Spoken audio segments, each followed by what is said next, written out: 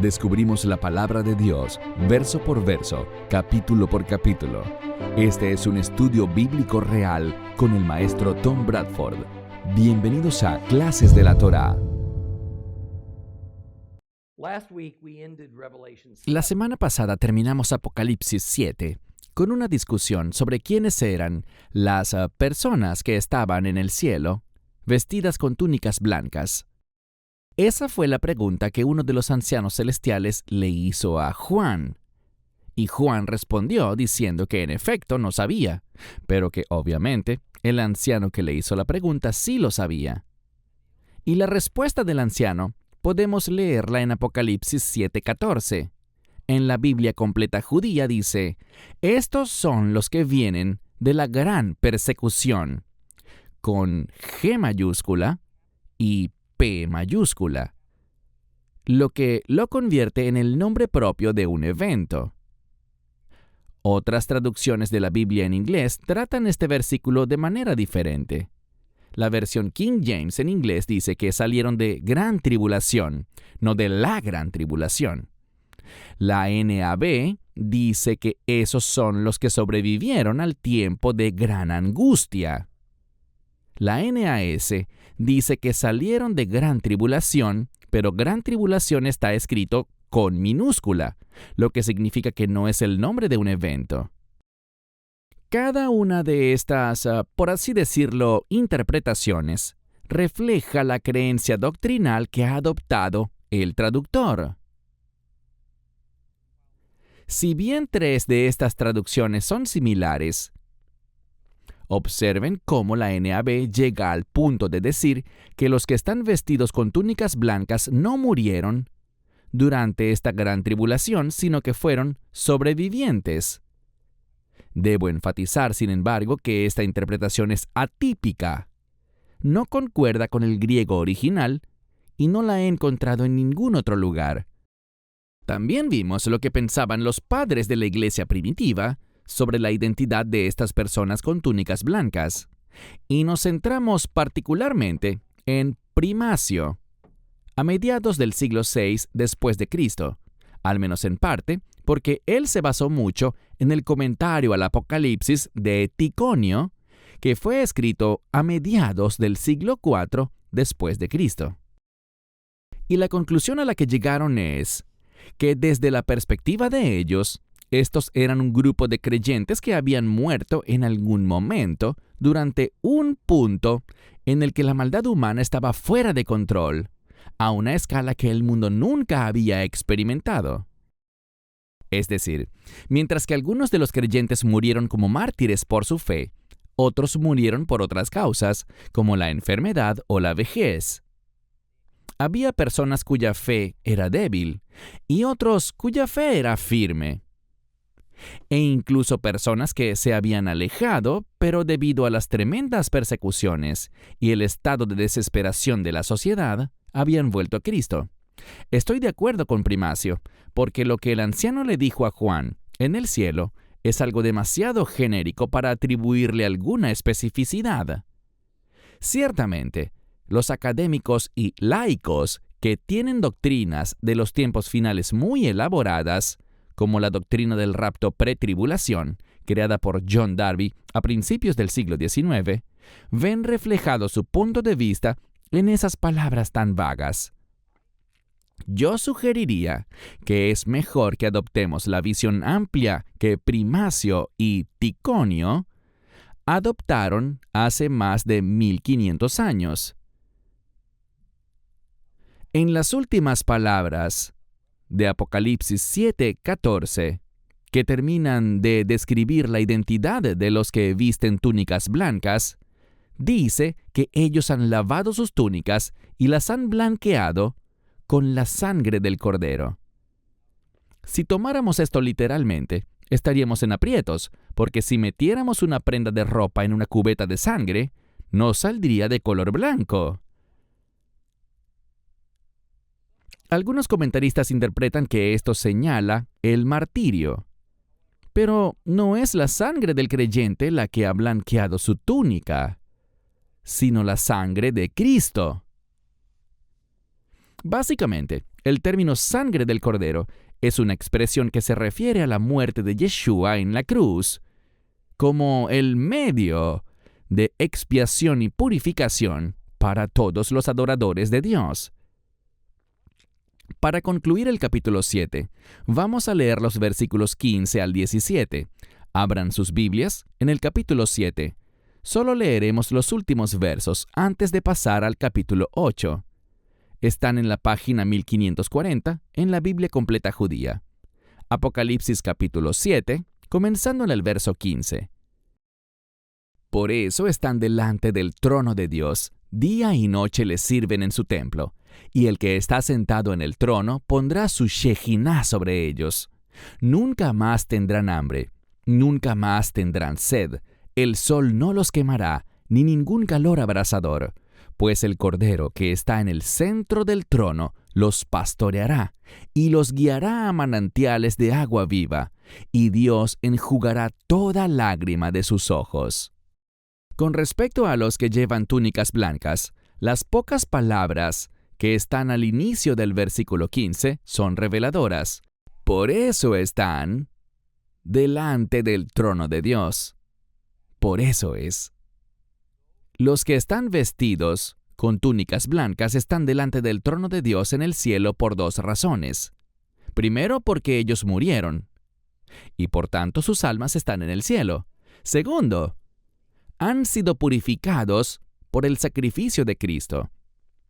Entonces, la distinción que se está haciendo sobre este grupo particular de creyentes es que murieron durante un período de tremenda tribulación en la tierra. Sin embargo, la distinción solo se refiere al momento en el que ocurre su llegada al cielo, y no a la forma en que se ganaron la entrada al cielo. Todos los creyentes llegarán al cielo después de morir. Todos los creyentes estarán delante del trono de Dios, ya sea que muramos en un tiempo de paz o en un tiempo de tribulación, y ya sea después de vivir una vida completa o experimentar una muerte prematura por cualquier medio. Observen algo interesante aquí, que no debemos descartar simplemente como figura retórica. Las siguientes palabras del versículo 15 son: día y noche les sirven en su templo. Ciertamente, dado que la escena está en el cielo, no existe el día y la noche, y no hay nada parecido a un templo físico. Más bien, esto tiene la intención de recordarnos la importancia del templo terrenal, de sus sacerdotes levitas y los rituales diarios que se hacían allí. Sin embargo, estos no son más que sombras físicas de un ideal y una realidad espiritual y celestial. Les garantizo que mientras esto pasa casi sin dejar huella en las mentes de la mayoría de los cristianos gentiles de casi todas las épocas, la imagen mental del Templo de Jerusalén y su funcionamiento fue lo primero que entró en la mente de Juan cuando tuvo esa visión, y lo que entró en la mente de los seguidores judíos de Yeshua en el tiempo de Juan, que leyeron y escucharon sobre las visiones de Juan. Por ejemplo, hemos hablado anteriormente de que claramente los 24 ancianos que rodeaban los tronos de Dios eran sacerdotes levitas que se habían convertido en creyentes. Incluso la descripción de Dios y su trono estaba directamente vinculada al pectoral del sumo sacerdote y a las 12 tribus de Israel, y especialmente a la propia tribu de Yeshua, Judá.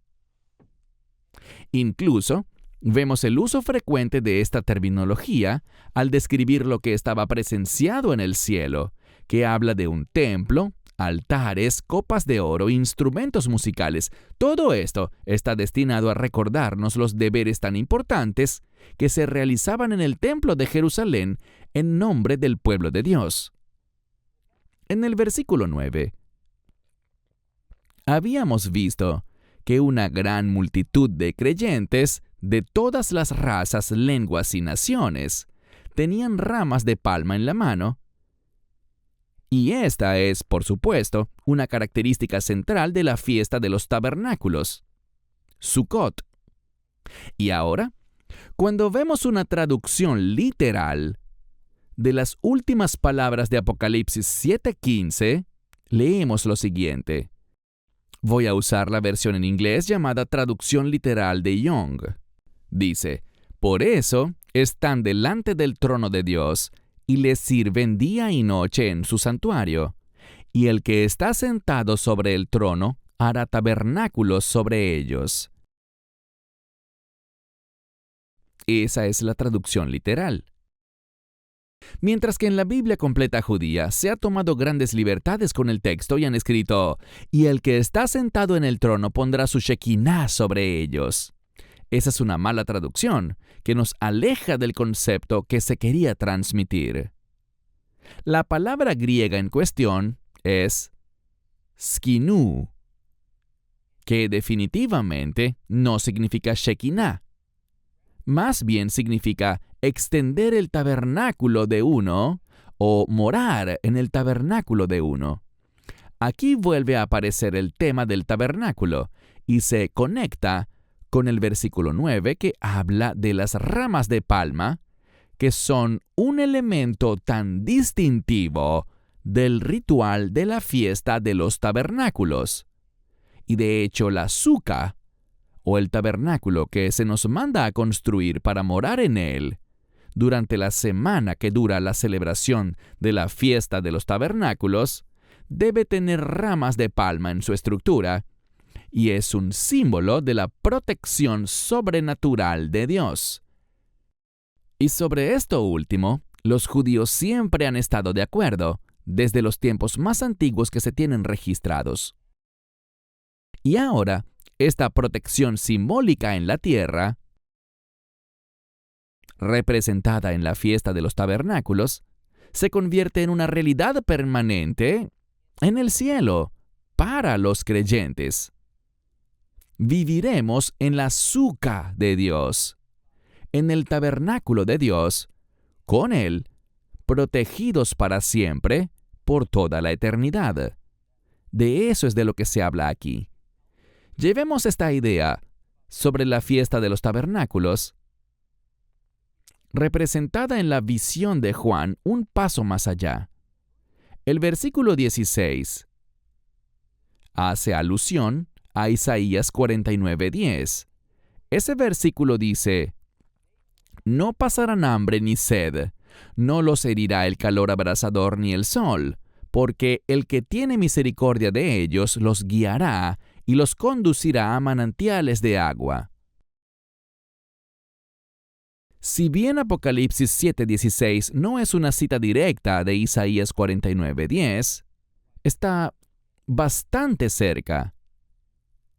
Pero como he dicho en lecciones anteriores, no debemos centrarnos únicamente en el versículo de las Escrituras que se está citando o al que se está haciendo alusión en el Nuevo Testamento, sino que hay que ver el contexto del Antiguo Testamento en el que se encuentra ese versículo. Recuerden que, en los tiempos del Antiguo y Nuevo Testamento, no existían capítulos y versículos.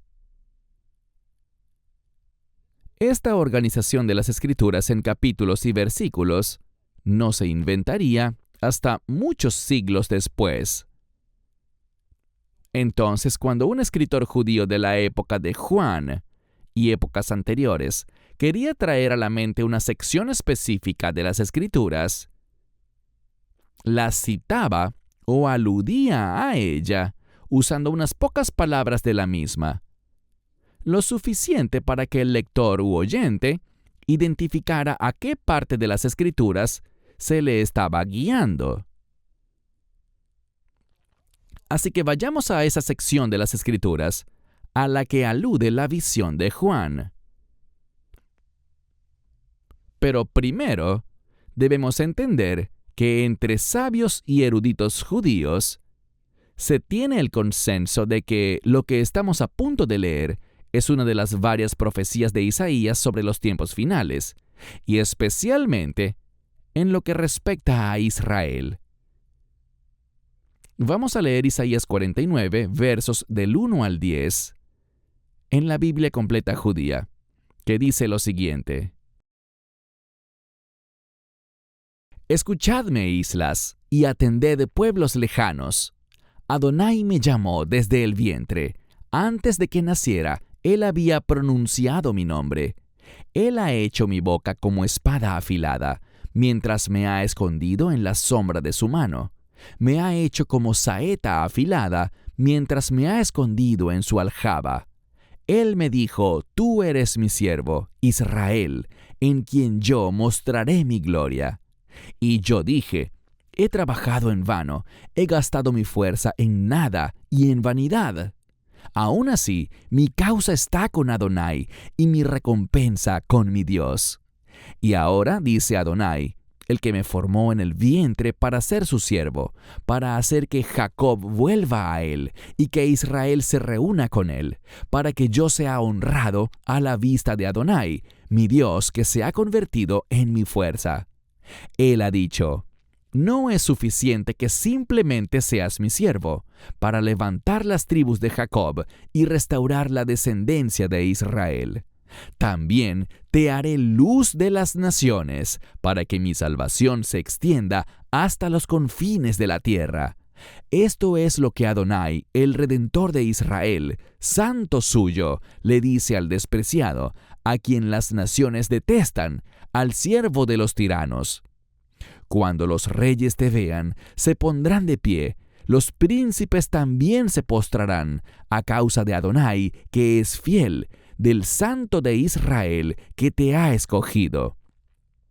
Así dice Adonai: En el tiempo que yo elija, te responderé. En el día de la salvación te ayudaré. Te he preservado y te he designado para hacer pacto para un pueblo, para restaurar la tierra, para repartir las heredades asoladas a sus dueños, para decir a los presos: salid, a los que están en tinieblas: mostraos. Por los caminos pasarán, y en todas las alturas desoladas tendrán sus pastos. No pasarán hambre ni sed, no los herirá el calor abrasador, ni el sol, porque el que tiene misericordia de ellos los guiará y los conducirá a manantiales de agua. Vemos que los temas relacionados con el agua viva y poner fin a la sed se conectan directamente, allí mismo en Isaías, con la salvación y con la fiesta de los tabernáculos. Pero las conexiones con el templo terrenal y la fiesta de los tabernáculos no terminan allí.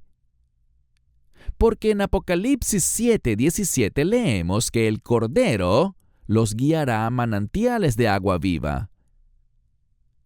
Ahora escuchen lo que Cristo el Cordero dijo cuando asistió a la fiesta de los tabernáculos, Sukkot, en el templo de Jerusalén, en lo que sería su última fiesta de Sukkot antes de su muerte. En Juan 7:37 al 38 dice: Y en el último día de la fiesta, Hoshana Rabbah, Yeshua, se puso de pie y exclamó: Si alguno tiene sed, que venga a mí y beba.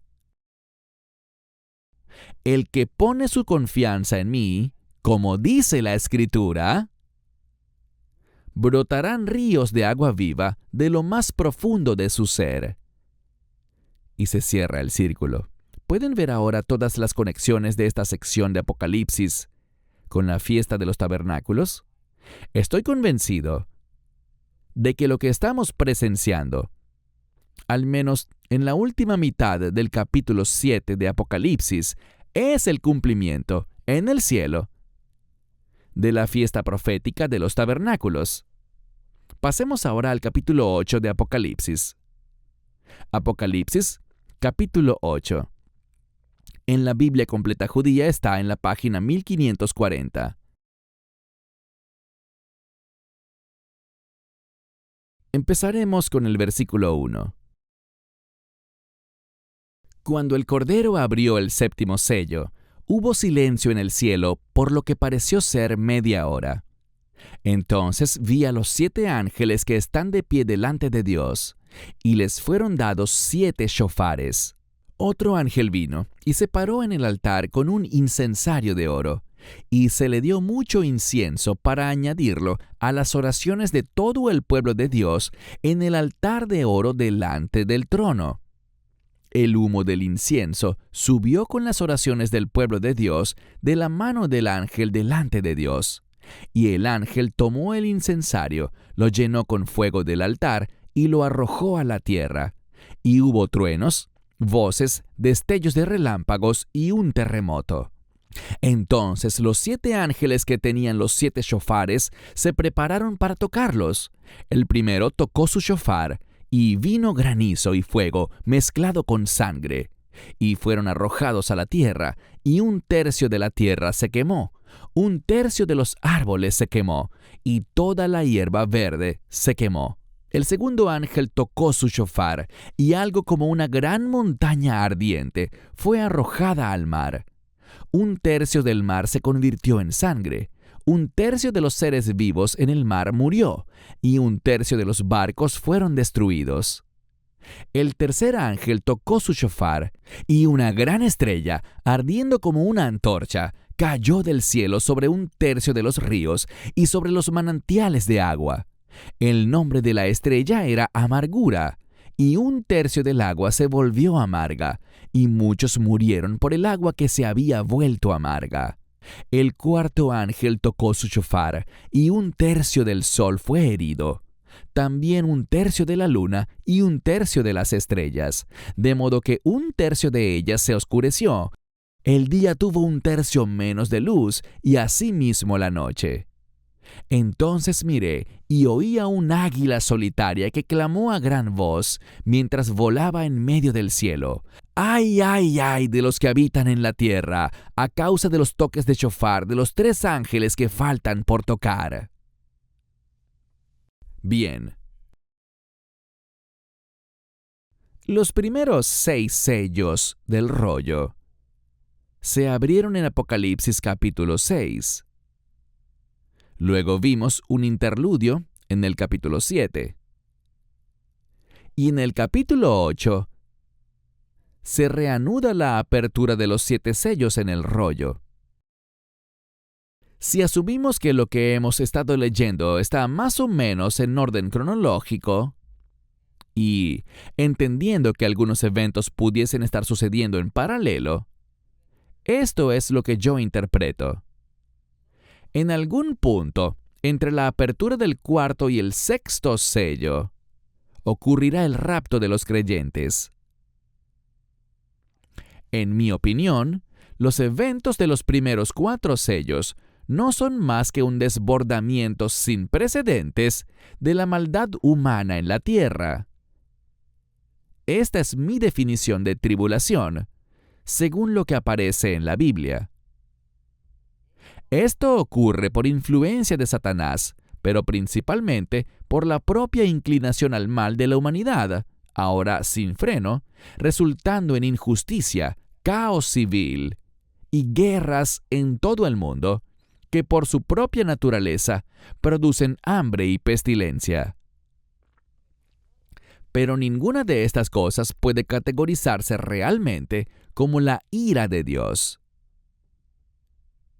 La apertura del 5º sello solo tiene que ver con la ira de Dios de manera periférica. Es decir, luego de que se abre el 5º sello, Dios promete a las almas mártires que moran bajo el altar celestial que Él vengará sus injustas muertes, pero no todavía. Esta venganza no vendrá por la mano de la maldad humana sobre los asesinos, sino que será el resultado de la ira de Dios, y en el juicio final vendrá su destrucción final. El 6º sello en Apocalipsis capítulo 6 habla de un gran terremoto. La luna se vuelve rojo sangre y el sol se oscurece, las estrellas caen del cielo y suceden otros fenómenos celestiales que no solo aterrarán a toda la humanidad, sino que también devastarán al planeta. Ese es el comienzo de la ira de Dios. Y si nos guiamos por el principio bíblico que hemos visto desde el inicio en Génesis, no podemos concebir que el Señor derrame esta ira sobre los que son inocentes a sus ojos, los creyentes, junto con los que son culpables a sus ojos, los no creyentes. Por tanto, el rapto de los creyentes, en mi opinión, tiene que haber ocurrido para cuando se abre el sexto sello. Me doy cuenta de que muchos académicos bíblicos muy influyentes no estarían de acuerdo conmigo, y lo acepto humildemente. ¿Puede ser que me equivoque? Por supuesto. Claro que sí.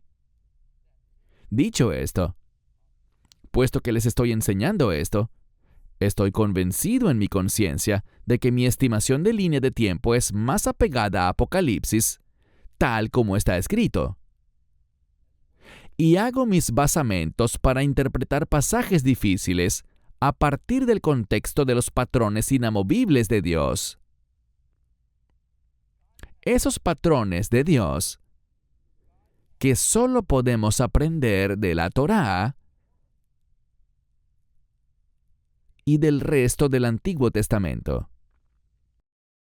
Así que el arrebatamiento de los creyentes ocurre primero, posiblemente para dar cumplimiento a Yom Teruah, la fiesta bíblica de las trompetas. Luego, se da cumplimiento a Yom Kippur, el día de la expiación, de una manera que no está del todo clara, pero que quizás tenga que ver con la apertura del quinto sello, que ni está incitando directamente la tribulación, ni el derramamiento de la ira. Y luego Sukkot, la fiesta de los tabernáculos, parece cumplirse en el capítulo 7 de Apocalipsis. Entonces, para dar inicio al siguiente suceso en secuencia, se abre el séptimo sello. Y como resultado, se nos dice que hay un fatídico silencio en el cielo durante lo que parece ser media hora. El silencio en el cielo pareciera significar que la constante alabanza a Dios y al Cordero cesa temporalmente.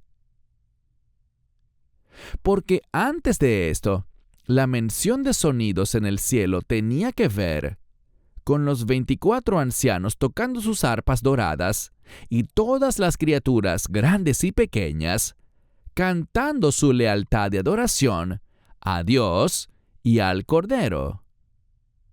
Los otros sonidos fueron los 4 seres vivientes que dieron la orden a los 4 jinetes del Apocalipsis a que salieran a instigar el caos y causar estragos en la tierra.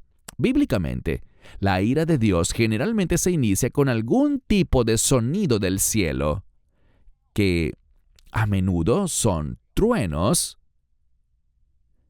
y esto tampoco está presente.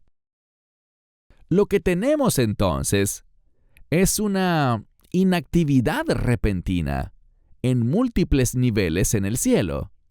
Es el silencio antes de la tormenta. Creo que la expresión estadounidense que describiría bien esto es esperar a que caiga el otro zapato. Decir que el silencio duró como media hora quizás solo significa un breve lapso de tiempo no especificado, y que fue algo inesperado. Esto no está hablando del tiempo de la tierra. En este pasaje, media hora no es una medida de tiempo, sino una expresión. Una hora, en la Biblia, generalmente significa que el tiempo está cerca, o que ha llegado el momento de que ocurra algo.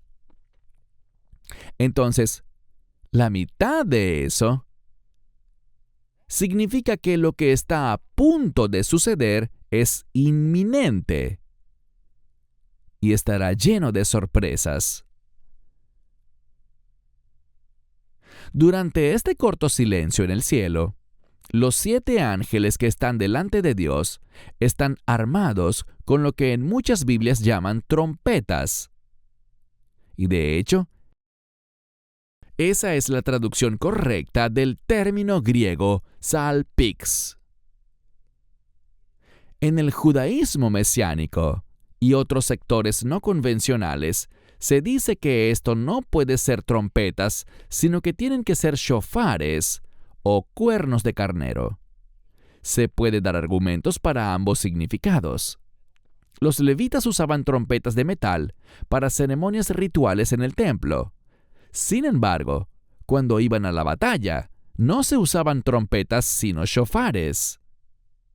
Y como los ángeles están a punto de participar en lo que podríamos llamar una guerra espiritual, y actuarán como agentes de Dios para llevar a cabo su castigo en la tierra, parece más probable que se esté hablando de shofares y no de trompetas de metal. Pero para no confundir las cosas, ya que la forma común de hablar de estos 21 juicios de Apocalipsis es los juicios de los 7 sellos, las 7 trompetas y las 7 copas, nosotros usaremos los mismos términos. Solo tengan en cuenta que las trompetas quizás eran shofares. Ahora bien, ¿quiénes son los 7 ángeles que estaban delante de Dios? La Biblia no nos ayuda mucho en este tema.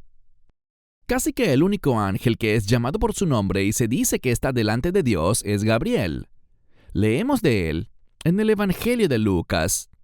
Lucas 1:19. Yo soy Gabriel. Gabriel, le respondió el ángel, y estoy en la presencia de Dios. Fui enviado para hablarte y anunciarte estas buenas nuevas. Existe buena documentación desde tiempos antiguos en la literatura judía, según la cual había 7 ángeles designados especialmente para estar en la presencia de Dios.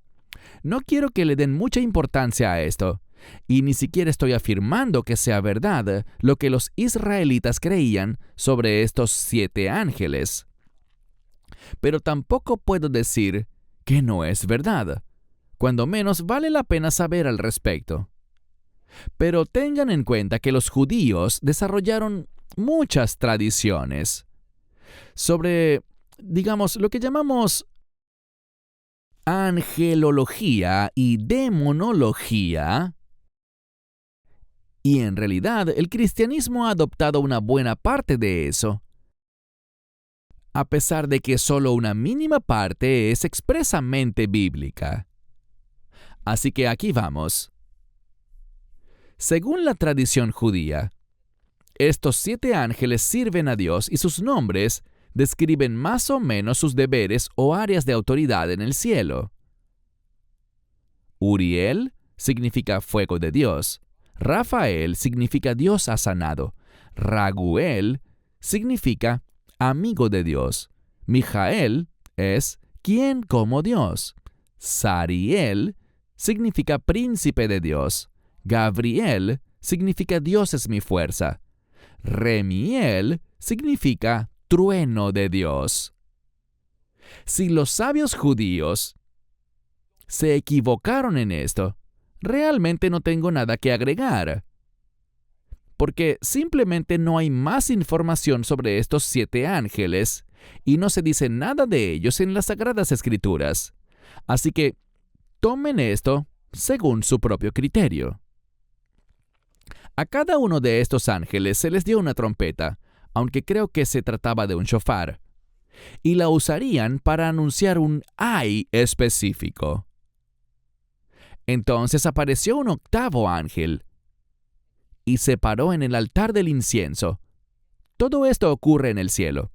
Ahora bien, en el templo terrenal había 2 altares. El altar del holocausto, donde se hacían los sacrificios, y el altar del incienso, donde se quemaba incienso para enviar un aroma que fuera agradable para Dios.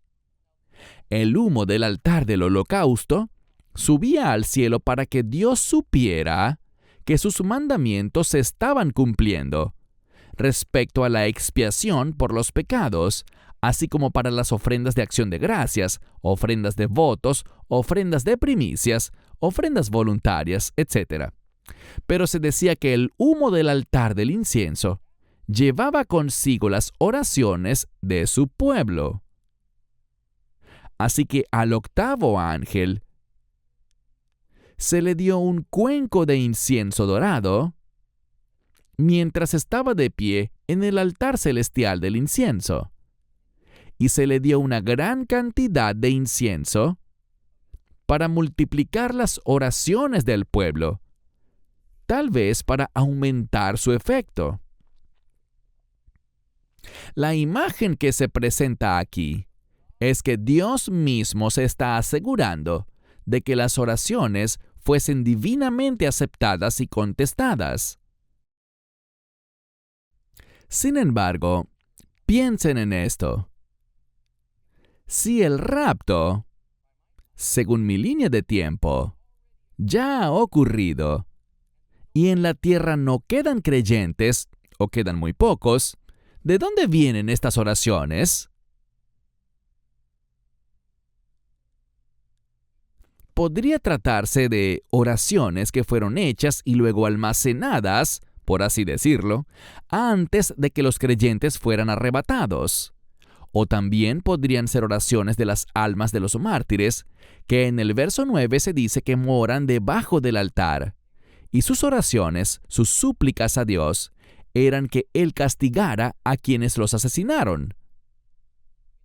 Antes mencioné que el Señor les pidió que esperaran un poco más y tal vez esa espera haya terminado allí. Y ahora, desde ese mismo altar, las oraciones de los que moran allí debajo son complementadas por este poderoso octavo ángel, que no solo está de acuerdo con ellos, sino que será el agente que llevará a cabo la justicia de Dios sobre los asesinos de esos mártires. Esa justicia comienza con el derramamiento de la ira de Dios sobre los habitantes no creyentes de la tierra. Aquí se invierten los papeles. Y el cuenco que estaba lleno de incienso santo y que se usaba para conferir un mayor nivel de santidad a las oraciones de las personas bajo el altar, ahora se usaría para arrojar destrucción sobre la tierra. Se dice que el ángel tomó fuego del altar y llenó el cuenco con él. Aquí no está claro si se trata de fuego de otro altar, el altar del holocausto en el cielo o el mismo altar del incienso. Algunos dicen que debe ser el mismo altar porque no es razonable pensar que se hagan sacrificios de animales en el cielo. Otros dicen que tienen que ser dos altares distintos, porque la mención del fuego del altar solo se usa para referirse al altar del holocausto en otras partes de la Biblia. Creo que es más probable que se refiera al mismo altar, porque el altar del incienso tenía fuego, y como todo este asunto involucra un cuenco o una copa de incienso y oraciones, tendría sentido que se usara el fuego del incienso y no el fuego de un altar hecho para el sacrificio de animales. De cualquier manera, al hacer esto, se reanudan los sonidos en el cielo, después de media hora de silencio. Se dice que hubo truenos, voces, relámpagos y un terremoto como resultado del cuenco de incienso lleno de fuego sagrado, el cual se derrama sobre la tierra. Los truenos y las voces, junto con destellos de relámpagos, así como el humo, nos recuerdan al monte Sinaí. Éxodo 20, versos 15 y 16. Todo el pueblo percibió los truenos y relámpagos, el sonido del shofar y el monte que humeaba. Y cuando vieron aquello temblaron y manteniéndose a distancia le dijeron a Moisés: «Habla tú con nosotros y escucharemos, pero no hable Dios con nosotros, no sea que muramos». Sin duda, todas las personas en la tierra temblarán por los sonidos que vendrán del cielo cuando esto pase. Y tendrán mucho miedo. Hasta este punto en Apocalipsis han sido abiertos los 7 sellos del rollo celestial y se han producido lo que se conoce como los 7 juicios de los sellos. Y ahora comienzan los juicios de las 7 trompetas o shofares. El primero de los 7 ángeles que están en la presencia de Dios hace sonar su shofar, y el granizo y el fuego mezclado con sangre son arrojados a la tierra. Esto sigue el modelo de la plaga de fuego y granizo que Dios envió a Egipto en Éxodo 9, versos 22 al 25. Adonai le dijo a Moisés: «Extiende tu mano hacia el cielo para que caiga granizo en toda la tierra de Egipto, sobre las personas, los animales y todo lo que crece en el campo, en toda la tierra de Egipto». Moisés extendió su vara hacia el cielo, y Adonai envió truenos y granizo, y cayó fuego sobre la tierra. Y Adonai hizo que granizara en la tierra de Egipto. Y hubo granizo y fuego centelleando con el granizo. Fue terrible, peor que todas las tormentas de granizo que había habido en Egipto desde que era una nación. Y por toda la tierra de Egipto el granizo hirió todo en el campo, y a personas y a animales, y el granizo hirió toda planta que crecía en el campo y destrozó todos los árboles. Así que el resultado del juicio egipcio se localizó, ¿dónde? En Egipto, solo en Egipto, pero en Apocalipsis, 1/3 de toda la masa terrestre de nuestro planeta se quemará por el granizo que inusualmente ardía en llamas al golpear el suelo. 1/3 de todos los árboles del mundo se quemarán. Y toda la hierba verde que crece en todas partes de una forma u otra también será destruida. Noten que este juicio, o este ay, está dirigido a la tierra seca. Y observen también que, por terribles que parezcan los 2 últimos juicios de los sellos, los juicios de las trompetas son peores. Y cuando lleguemos a los juicios de las copas, esos serán aún más horribles. ¿Por qué Dios estaría aumentando los terribles efectos de los juicios? Al igual que pasó hace mucho tiempo en Egipto, probablemente lo hizo para que hasta los más obstinados pudieran someterse a él. Pero a diferencia de Egipto, la esperanza de Dios es que esta sumisión conduzca a la salvación, para que aquellos que finalmente se sometan, si bien tendrán que pasar por el infierno en la tierra debido a la ira de Dios, no tengan que vivir en el infierno por la eternidad. Es inevitable que muchos de los sobrevivientes llegarán a la fe y pedirán la misericordia de Dios. En algún punto de estos juicios catastróficos, muchas personas ya no podrán negar que todo fue profetizado miles de años antes y que ahora está sucediendo tal como está escrito. Y sin embargo, como pasó con Faraón, muchos más se endurecerán tanto que, a pesar de sus sufrimientos y aflicciones, preferirán maldecir a Dios por sus problemas que buscar su perdón y misericordia. Se toca la segunda trompeta, y el mar, es decir, el agua salada, se ve afectado por el juicio. Lo que parecía una montaña ardiente fue arrojada al mar, y como resultado 1/3 de los mares de la tierra se convirtieron en sangre, por lo que la vida marina en esas aguas inmediatas se extinguió, y 1/3 de los barcos que allí navegaban fueron destruidos. Esto es como la plaga de sangre que Dios envió sobre Egipto, que convirtió las aguas en un desastre imbebible de color sangre. Murieron los peces que eran fuente de alimento de los egipcios, y se produjo un gran hedor. Esta visión implica que habrá sangre literal, o más bien que el agua se vuelve roja como la sangre. Quizás sea esto último, al igual que en la plaga del río Nilo. Me resulta fascinante que los partidarios de la dispensación pretribulación y algunos otros creyentes que adoptan la doctrina de los tiempos finales piensen que la montaña ardiente que causa las catástrofes en los océanos del mundo es solo simbólica y no literal. Y ellos interpretan que el término montaña aquí significa gobierno. Por tanto, según ellos, se trata de que Dios juzgará el sistema económico mundial, llamado Babilonia, y la muerte de la vida marina también es simbólica, y en este caso simboliza el hambre, y que la pérdida de los barcos es un símbolo del colapso del comercio mundial. La razón por la que se favorece esta interpretación simbólica es porque el simbolismo y la alegoría son la base de su interpretación de Apocalipsis en general. Dicho método permite que la línea cronológica de los tiempos finales se organice de una manera tal que sus doctrinas sean viables y plausibles.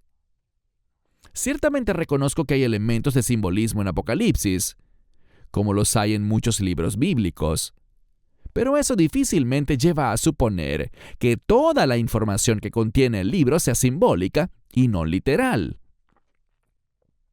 No tengo certeza de qué podría ser esta montaña ardiente. Podría ser un enorme volcán, o tal vez un gran meteorito, no lo sé. Y de hecho, la posibilidad de que sea un meteorito es algo tan preocupante que hoy tenemos toda una organización gubernamental dentro de la NASA dedicada a observar el sistema solar para detectar pedazos de roca espacial de gran tamaño que pudiesen chocar en forma catastrófica con la Tierra, lo cual, según ellos, es inevitable.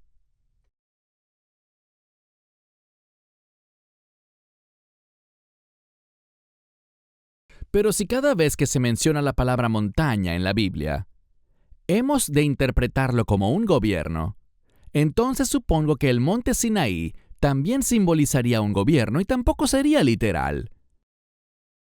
No creo que lo que leemos sobre los desastres de los juicios de Dios sea simbólico.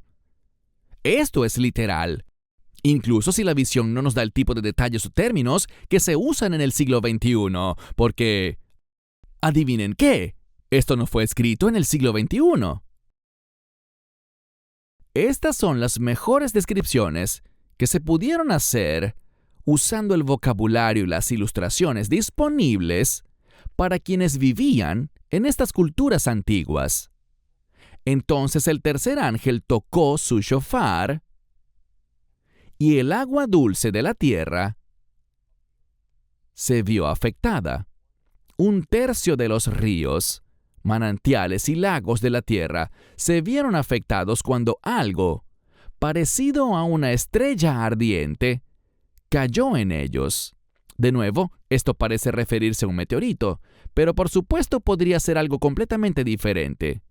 La estrella ardiente recibe el nombre de amargura según la Biblia completa judía o ajenjo según la mayoría de las traducciones al español. El término griego es absintos y significa ajenjo o algo que vuelve amarga las cosas.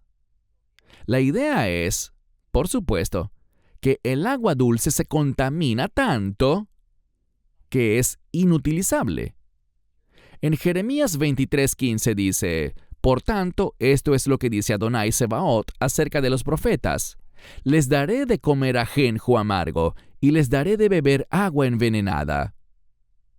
Y si bien este pasaje profético de Jeremías podría no tratarse del mismo evento, esto explica por qué se usó la palabra ajenjo en la visión de Juan para describir el envenenamiento de una gran parte del agua dulce de la tierra.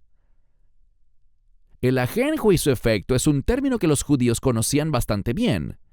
Tendríamos que asumir que este juicio, y quizás los 2 primeros juicios de las trompetas, involucran una gran región particular de la tierra, y no todas las regiones de la tierra, y en cada una de ellas se arruinará cerca de 1/3 de sus fuentes de agua dulce. Y de nuevo, aquellos creyentes doctrinales que se niegan a tomar Apocalipsis en forma literal, principalmente, dicen que las estrellas a veces simbolizan a los ángeles, por lo que esta mención de una estrella ardiente debe ser el juicio de cierto ángel que representa a las personas pecadoras. Creo que esto lleva el simbolismo demasiado lejos. Y más bien, lo que sea que haya venido del cielo y contaminado el agua dulce, es bastante real. Y el suministro de agua dulce tan necesario para la vida realmente se ve afectado. Y como podrán imaginarse, el agua se volvería tan escasa para una parte de la población mundial que tratarían de beberla de todos modos. Se dice que los marineros que andan a la deriva intentan beber agua de mar, y esto te puede enfermar de gravedad. O incluso tal vez algunos intentarían algún medio arriesgado de purificación, y como resultado, dice el verso 11, que muchas personas morirán por eso. Continuaremos con el capítulo 8 la próxima semana y entraremos al capítulo 9. Para más enseñanzas de un estudio bíblico real, redescubriendo la palabra de Dios con Tom Bradford, visite toraclass.com o descargue la aplicación móvil de Torah Class.